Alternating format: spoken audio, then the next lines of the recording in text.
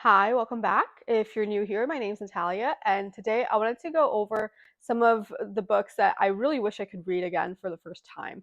So these are not necessarily my five-star books, but they are books that something happens at the end or throughout the book that as you learn things, it changes how you understand the story and nonfiction or fiction, and it makes you want to start over again with this new information and new knowledge from the beginning. And many of these books, actually, as I learned whatever it is that we learned in that book, I have gone back and started reading over again with this new set of information with new eyes on it. So today I wanted to share the 15 books that come to mind when I think of this prompt. Something to note, there is a bit of a recency bias here just because I went off of my list of books that I've read in the last number of years that I have on StoryGraph.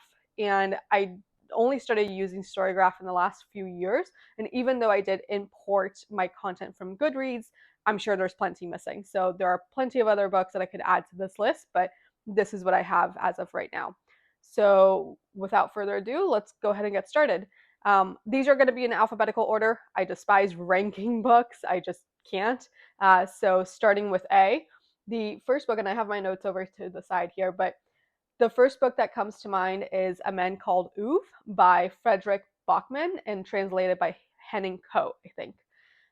So this book you may have seen in movie format. There was a Swedish movie that came out a number of years ago. The author is Swedish, and a more recent version with Tom Hanks. I think it came out in 2022, and it was actually called A Man Called Otto instead of A Man Called Ove, the original title. But essentially, Ove is a curmudgeon. He's very strict about rules. He's very strict about how things are done, especially in his neighborhood. And he has new neighbors essentially at the very beginning of the book. This very, very chatty, friendly new family moves in close to him, and it just kind of turns his life upside down. Um, it's a very interesting read because the more chapters you read, the more you learn about Uve and why he is the way he is, and what he cares about and what he loves and what is meaningful to him. So this was a beautiful book. Definitely, it was a 5-star for me. The movie is great, but you can't fit a 400-page book into a movie. So I still recommend reading the book, even if you did watch the movie, because both are really great. So that was number one that came to mind. The second book is much older. It's Brave New World by Aldous Huxley, and this came out in the 1930s, if I'm not mistaken. And it's a warning of the future of how we're engaging with tech, how we engage with our emotions, how we engage with each other.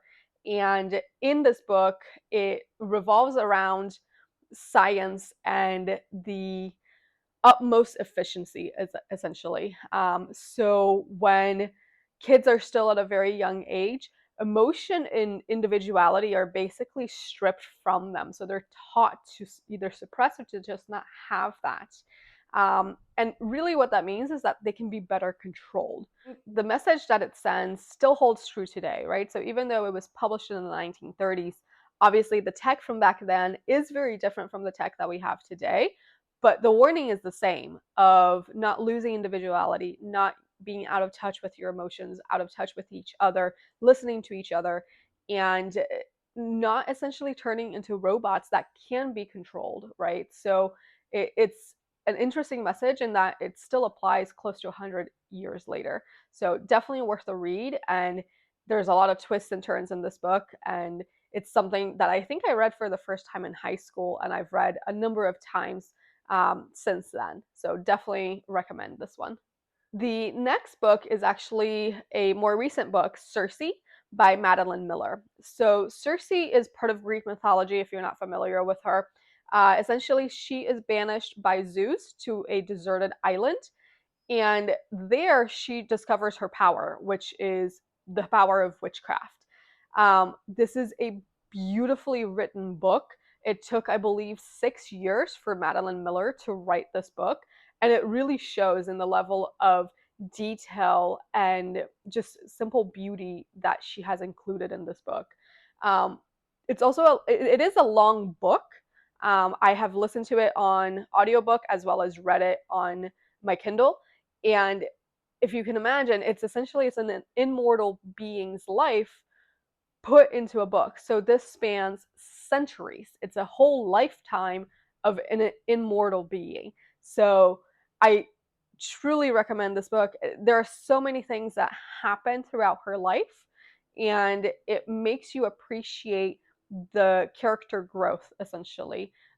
So it's one that the more you learn about her, the more you understand why she's doing the things that she's doing, and it makes you see her in a new light as every action comes into play. The fourth book is very different. So this one has a long title. It's called Eleanor Oliphant is Completely Fine by Gail Honeyman. This was a really interesting book to me. So essentially, the main character here, she is a very socially awkward person. She goes to work, she tries to not engage with anyone, gets the job done, goes home, and basically has frozen pizza and vodka every day, basically. Um, there are no friends, not really family. She talks a lot on the phone with her mom. And it's really interesting to be inside the head of a character that is considered to be so disconnected and so all over the place with her thoughts and her actions, because the whole time we are in her head, right? So this is narrated from her point of view. So being in her head, we can see how different thoughts connect to each other and why she says this, something that she does end up saying. But then you stop and you realize, and you go back 3 pages, and the last conversation that she had with a character back then is now a completely different conversation 3 pages later. And we, the reader, know how she got there because we've followed that thought process. But the character that she's engaging with just has this massive gap in between where she has moved from one subject to the other.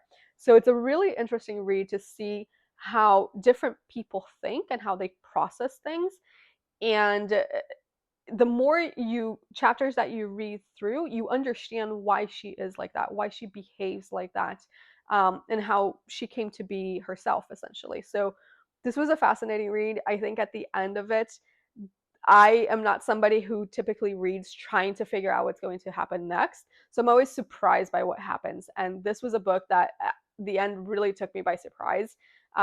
Maybe plenty of people who have read this knew it was coming. For me, it was not something I anticipated, but it made a lot of sense once we got there.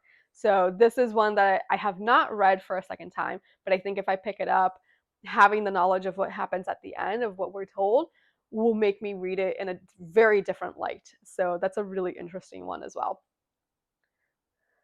So the next book is actually a nonfiction book, and it's called Empire of Pain by Patrick Redding Keefe. It's essentially the history of the Sackler family and the opioid crisis in the US.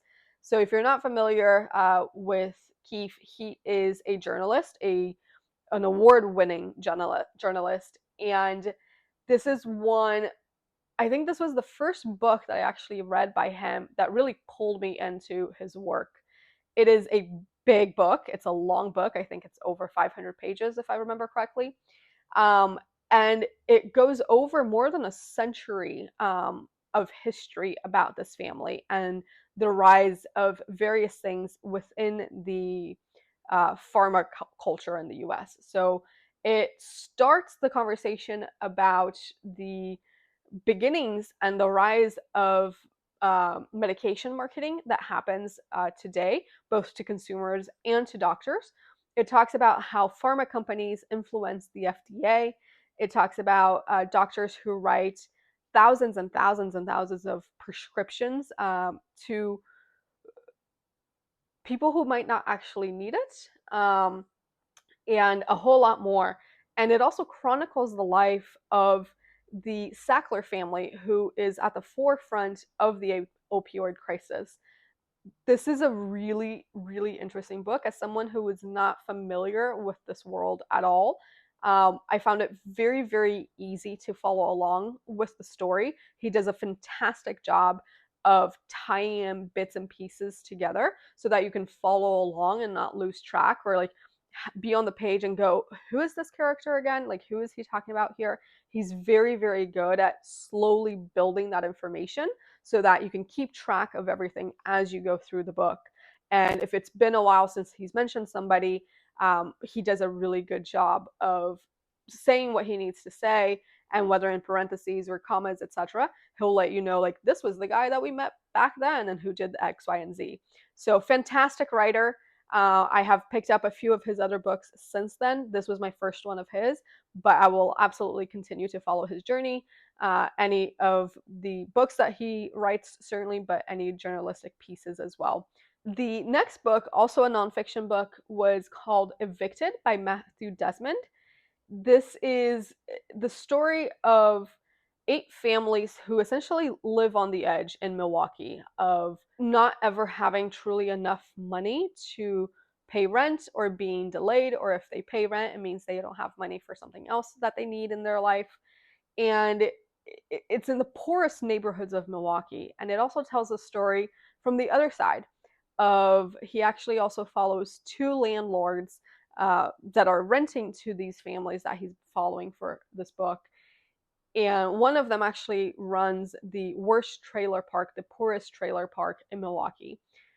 And this author spent years with these families. He really got embedded in this world to be able to truly write about it.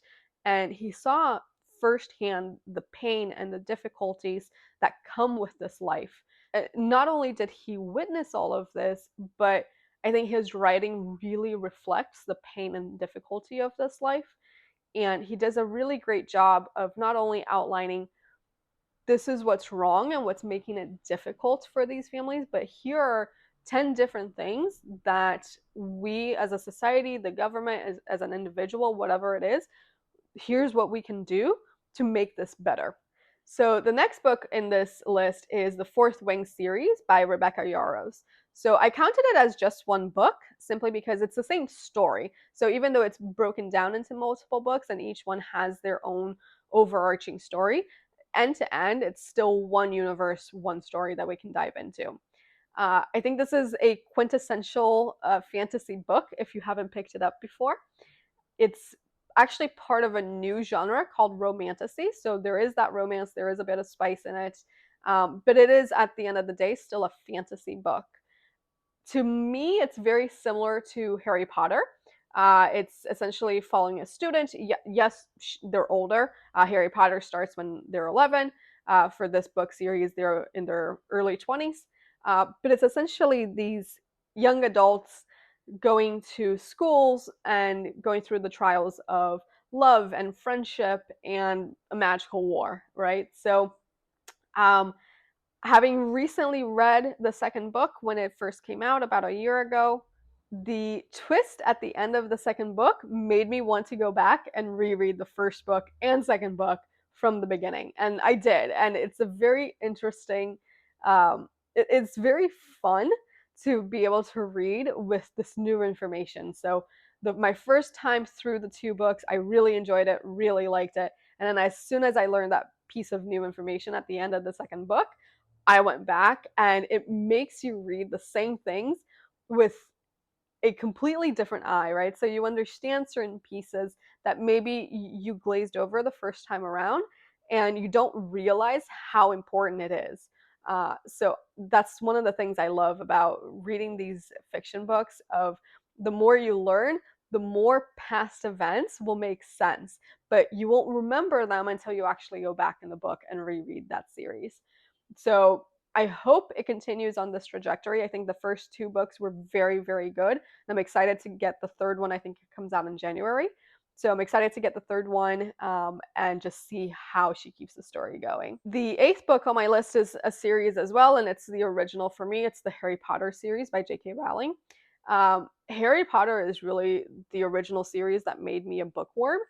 I was the same age as Harry as the books came out. So the first book, when he was 11, I was 11 reading it, 12, and so on. And obviously, there's a whole lot that I cannot relate to because we don't live in the magical world with wizards and a war with Voldemort and all of that. But being that same age, I think really drew me into everything else I could relate to, right? So the difficulties of being in school, of having those friendships, of meeting new people, of falling in love for the first time, and so much more. And this book is really what made me love reading and appreciate reading from a very young age. And it continues to be one of my favorite series ever. I know there's been a lot of controversy since that series came out with J.K. Rowling, but the books themselves and that story continues to be one of my favorite things I've ever read. And I do go back to it now with the illustrated editions coming out. I think 1 through 5 have come out already, and I have those books. So it's been a really enjoyable experience to go back as an adult and read through those experiences again. The next book on this list is Project Hail Mary by Andy Weir. So this book is completely different, I think, from anything I've had on this list so far. It's very scientific. It is a fiction book, and he does a fantastic job of taking you along for the ride as you learn. So this book actually really acts as the reader as well, because so the main character, Ryland Grace, he wakes up on a ship by himself, and he has no memory of why he's there, of his past, and what he's supposed to be doing. And he's all alone. So there's no one he can actually ask. So we as the reader follow along as he learns everything as well on his own. So we're learning at the same time that he is. And he starts to get his memory back. He figures out what he's supposed to be doing. He starts working on that. And essentially, he is Earth's last chance for survival. It's a very scientific book, but it is incredibly enjoyable. I think if you enjoy science, you enjoyed chemistry, physics, space, all of that, this will be a great read for you. But also overall, it's such a fun book. It's very funny, it's very witty, and this is actually being turned into a movie from what I see.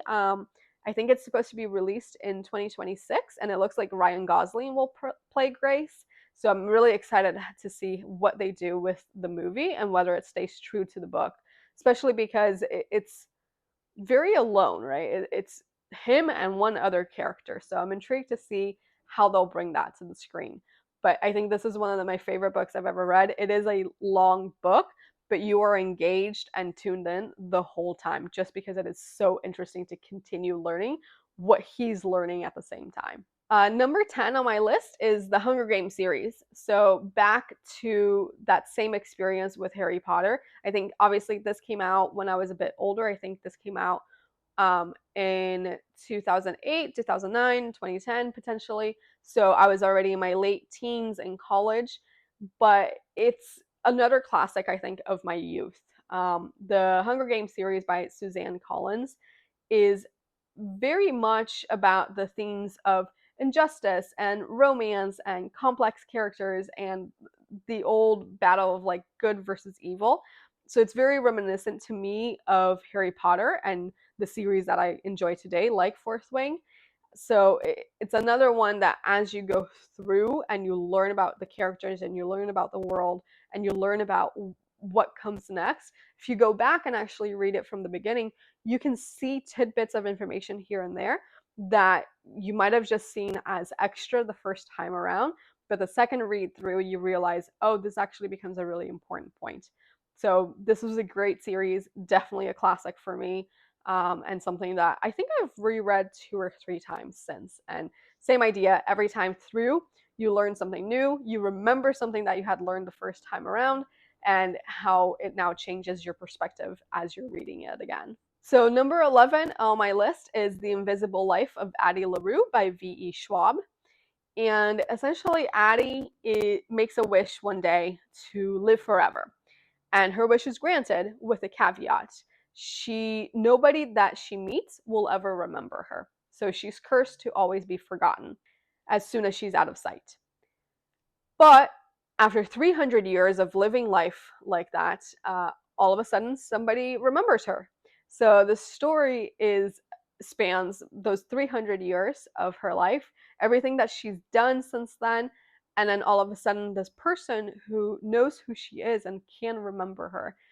So the story follows her path as she creates this friendship and eventually a relationship with him, and what it means to be forgotten, to not be recognized, to not have anyone that she can turn to because nobody knows her as soon as she's out of sight, right? So it's a very lonely existence. So how does she go from that to now having somebody after 300 years? It was a beautifully written book. I think the secret at the end made me, again, I think this was a book that as soon as I finished it, I started over again to be able to read through it with that new knowledge and new eyes. And the same theme of this entire list here is all of these things that didn't essentially stand out in the beginning on your first read through actually stand out as super important details your second time when you actually know what's going to happen. This was one of those books that I also actually really wish there was a sequel, or that it had just kept going, because at the end she makes a promise to herself to do something, and I really wanted to see that carried out. I really wanted to see how she would do that. So I hope there is a sequel that comes out. I don't remember when this book actually came out. I think it's been a few years. So maybe there will be a sequel, maybe not. But I think this is one of those that you learn things, I think the secrets themselves, a bit more towards the end rather than throughout the book. So I did go back and reread it already, and it was a really enjoyable experience to have that knowledge on the second read through. Number 12 on the list is Ready Player One by Ernest Cline. This is another dystopian, like futuristic fiction book that warns of the role that tech plays in our lives.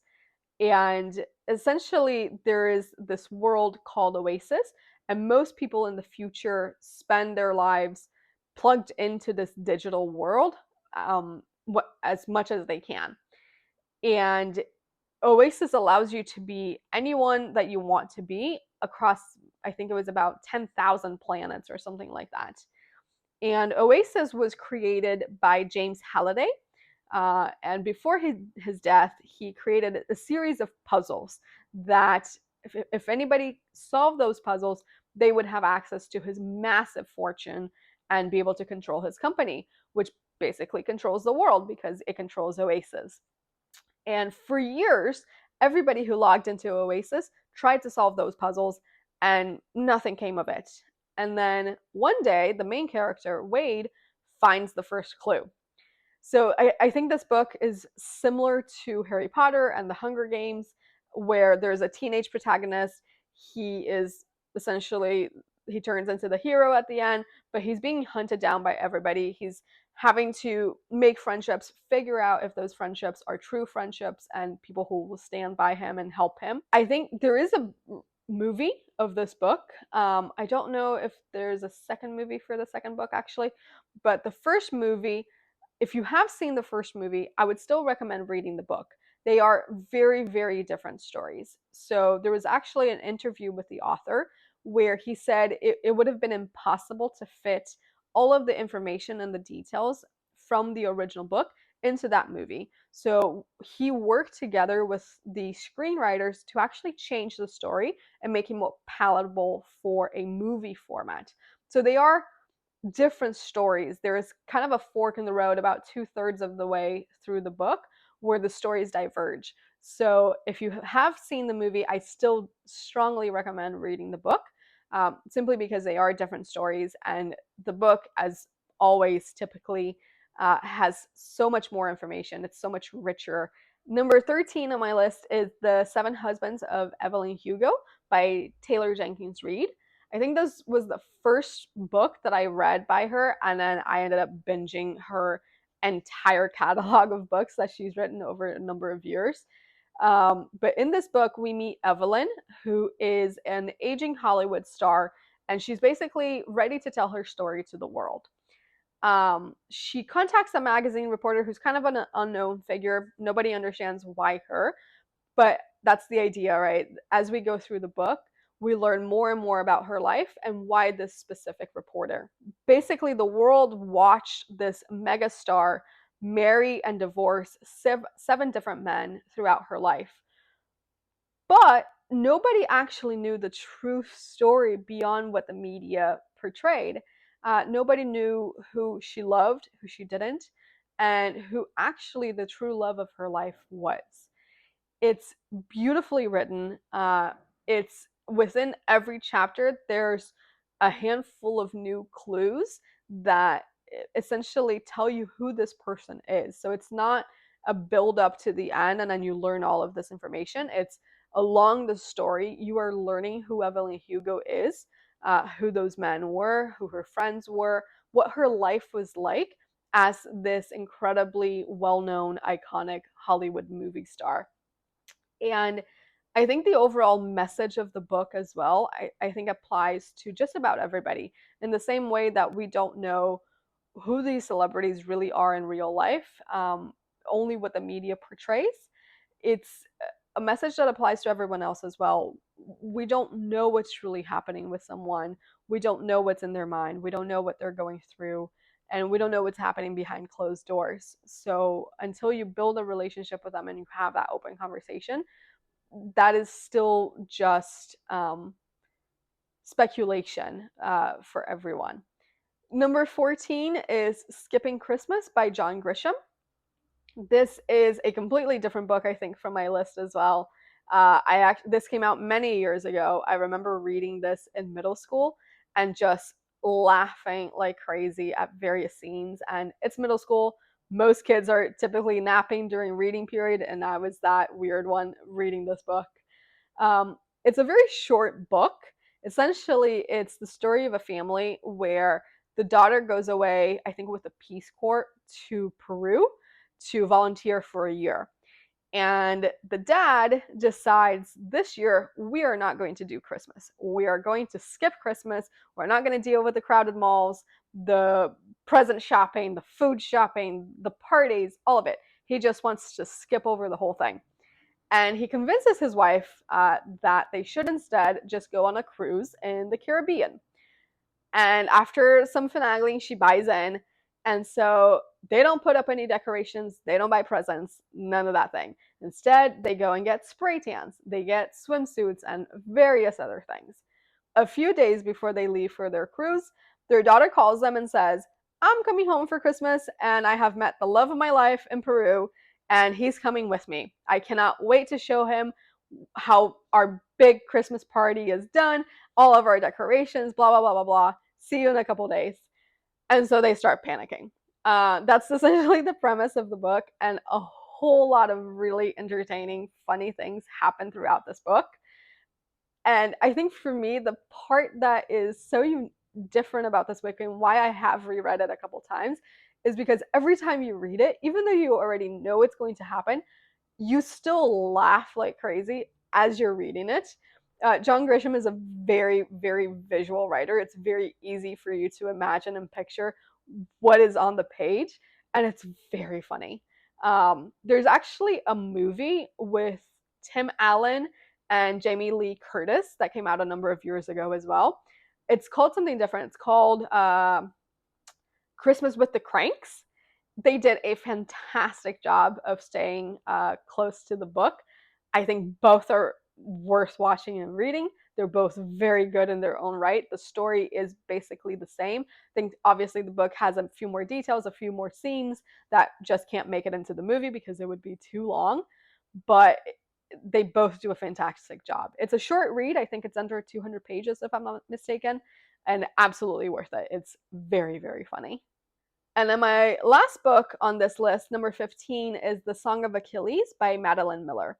So both of her books that she's ever published are on this list. Song of Achilles took her, I think, 10 years to write and came out before Cersei. In the same way that I described Cersei, the attention to detail and the love that she has for these characters really shine through the pages. Achilles is a very well-known story, but her take actually focuses more on his youth and his training and his relationships to the people around him, rather than just what is typically portrayed in other books and movies of him as the fighter, him as the warrior. And even though you already know what's going to happen, especially once we get into the wars, you're still drawn in because of the writing, because of the world that she's created, because of the love between characters that she's created, because you're learning things about him as a young man, as a teenager, and even as a child. I think it starts in his childhood, that a lot of other books and movies don't portray. So I think this is also one of my favorite books I've read. It is one that I have reread already. I read it, I think, a number of months after I read it for the first time. And it's a well known story, so you do know what's going to happen, but it is different, focusing on more of the human side of Achilles the warrior as opposed to just his accomplishments in the wars. So, those are my 15 books that I wish I could read for the first time again, simply because as you learn something in that book, it makes the rereading experience very different from your first time around. So if you enjoyed that list, I hope you'll subscribe and hang around, and I will see you next time. Bye for now.